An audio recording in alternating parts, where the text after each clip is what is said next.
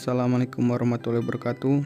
Perkenalkan, nama saya Gilang Lesmana dari kelas 01 Lab Praktikum Biologi, Senin pukul 8 pagi. Oke, kali ini kita akan menjelaskan tentang transportasi tumbuhan. Untuk lebih memahaminya, mari kita simak video berikut. Tumbuhan memerlukan unsur hara untuk melakukan proses fotosintesis. Zat tersebut diambil atau diangkut dari tanah oleh akar dan disebarkan ke seluruh bagian tumbuhan. Inilah yang disebut dengan transportasi tumbuhan. Jadi, secara singkat, transportasi tumbuhan merupakan proses pengambilan dan pengeluaran zat-zat seluruh bagian tubuh tumbuhan. Proses pengangkutan dan pengeluaran zat hara pada tumbuhan dilakukan oleh dua jaringan, yaitu jaringan xilem dan floem. Jaringan xilem adalah jaringan yang berfungsi membawa air dan mineral dari akar ke daun untuk proses fotosintesis. Sedangkan jaringan floem adalah jaringan yang berfungsi membawa zat makanan hasil fotosintesis dan menyebarkannya ke seluruh tubuh tumbuhan. Jadi di praktikum kali ini kita akan melakukan sebuah percobaan atau penelitian yang bertujuan untuk mengamati pengaruh daun terhadap pengangkut air. Oke, jadi di praktikum kali ini tuh bahan-bahan yang dibutuhkan tuh ada tumbuhan Alamanda Cathartica atau biasa kita sebut tuh sama tanaman trompet kuning, boy. Dan untuk untuk alat-alatnya itu ada botol aqua ya. Botol aqua ini udah diisi air nih. Jadi botol aqua tuh yang dibutuhkan ada dua gitu kan. Dan ya memiliki kapasitas air atau jumlah air yang sama gitu. Nggak tahu sih berapa liter nggak tahu sih. Tapi ya kayaknya sih pas 1 liter gitu. Jadi jumlah air di kedua botol tuh sama. Terus di sini ada roll. Roll ini buat mengukur air nanti, boy. Mengukur jumlah air apakah berkurang atau tidak. Ya, gitulah kira-kira. Dan di sini ada gabus nih, kita bikin untuk 2 botol ya kan. Jadi gabus itu nanti untuk nutupin lubang mulut botol itu, supaya itu airnya tidak menguap gitu. Dan menguapnya itu karena tanaman trompet kuning ini aja gitu. Terus ada pisau berkarat ini. Itu gunanya itu tadi buat ambil tanaman trompet kuning ini, boy.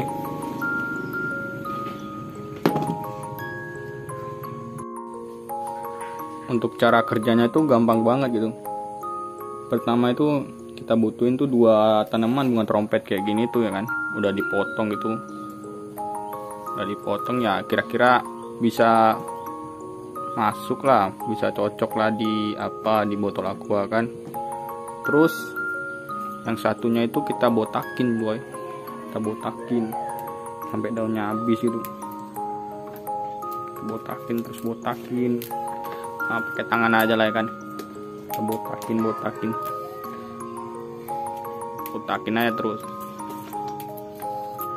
sampai tuh daunnya kita sisain sedikit aja sih, jangan kita botakin beneran. Pakai tuh kayak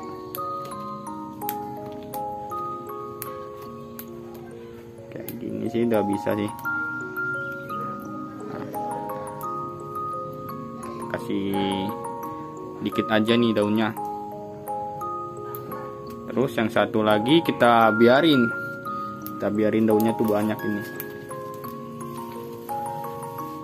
Jadi yang satu itu kita biarin aja banyak. Oke, selanjutnya kita masukin nih bunga trompet ke dalam botol yang udah diisi air. Nah, oke, selanjutnya itu kita masukin nih tanaman yang daunnya lebat nih ke dalam botol yang udah ada airnya, boy. caranya tuh pertama kita masukin nih tanamannya kan. Nah, udah masuk nih kan. Sebentar. Nah, ini udah masuk nih. Nah, biar tuh air di dalam botol tuh nggak nguap tuh, jadi kita sumbat nih mulut botolnya pakai gabusnya tuh biar gampang sih bentuk lop gini sih, seperti Cintaku Pada Kak Sarah Piloid. Oke. Oh maaf, tadi gabusnya masuk ya, ada kesalahan tadi sedikit, jadi gabusnya tuh masuk, jadi kita sumbat aja langsung gini.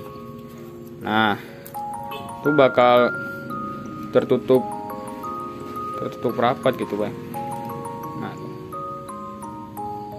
jadi udara itu nggak bisa keluar masuk. Jadi itu bener-bener tuh air yang di dalam botol aqua tuh bener-bener nggak bisa keluar gitu, bener-bener nggak bisa menguap. Jadi tuh dia hilangnya cuman karena transportasi tumbuhan ini tadi. Oke. Untuk tanaman yang berdaun sih udah bisa ya, udah selesai untuk tanaman yang ada daunnya.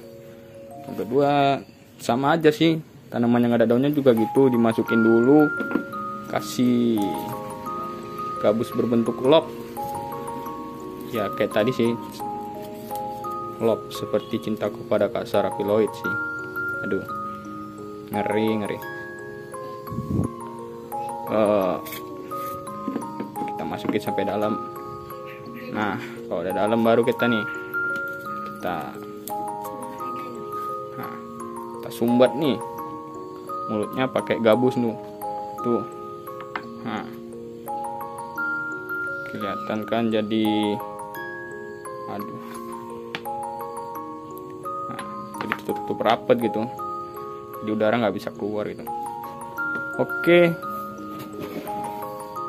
Nah, udah sama nih, gitu aja sih.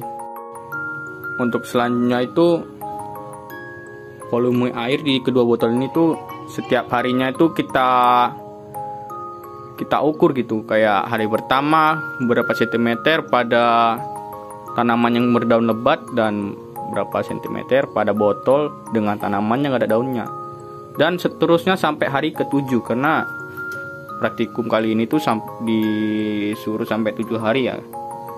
Jadi hasil akhirnya itu nanti kita lihat pada hari ke-7. Sekian sih buat percobaan kali ini atau praktikum kali ini ya. Gitu aja sih.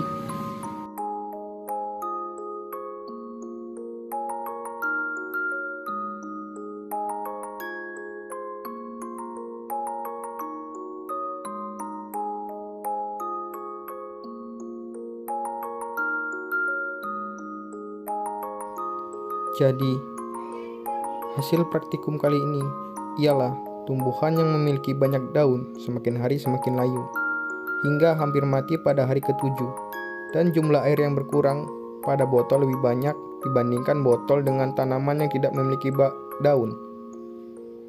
Sedangkan tanaman yang tidak memiliki daun, pucuk daunnya tumbuh dan hidup semakin segar hingga hari ke-7, dan air pada botol hanya berkurang sedikit.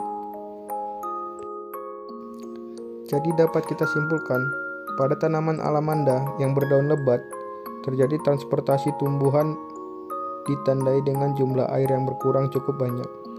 Sedangkan pada tumbuhan alamanda yang tidak memiliki daun, tidak terjadi proses transportasi tumbuhan, atau tidak maksimal proses transportasi tumbuhan karena jumlah air yang berkurang pada botol sangat sedikit.